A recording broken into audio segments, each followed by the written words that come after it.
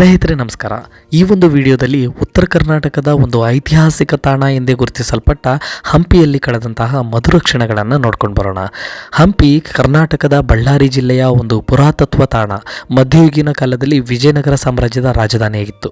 ಇದು ತುಂಗಭದ್ರಾ ನದಿಯ ದಡದಲ್ಲಿದ್ದು ಯುನೆಸ್ಕೋ ವಿಶ್ವ ಪರಂಪರೆಯ ತಾಣ ಎಂದೇ ಗುರುತಿಸಲ್ಪಟ್ಟಿದೆ. ಈ ಹಂಪಿಯು ಅನೇಕ ಕಲ್ಲಿನ ದೇವಾಲಯಗಳು ಮತ್ತು ರಾಜಮನೆತನದ ಕಟ್ಟಡಗಳಿಗೆ ಹೆಸರುವಾಸಿ.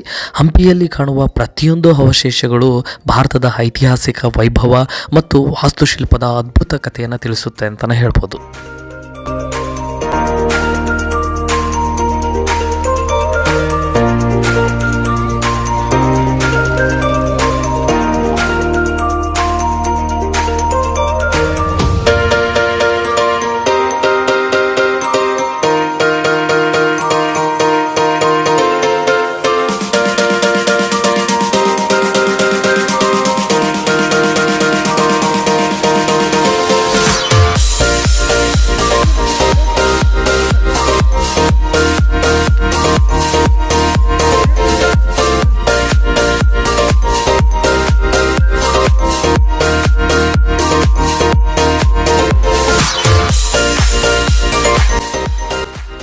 ಹಂಪಿಯ ಈ ವಿಜಯ ವಿಠಲ ದೇವಾಲಯದ ಆವರಣದೊಳಗೆ ಒಂದು ಸುಪ್ರಸಿದ್ಧವಾದ ಕಲ್ಲಿನ ರಥವಿದೆ.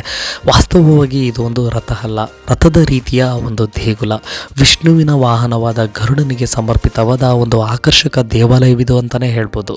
ಈ ಕಲ್ಲಿನ ರಥವು ವಿಜಯ ವಿಠಲ ದೇವಾಲಯದ ಆವರಣದೊಳಗೆ ಹರಳಿ ನಿಂತ ಸುಂದರ ರಮಣೀಯ ಕಲಾಕೃತಿ ಎಂದರೆ ತಪ್ಪಾಗಲಾರದು.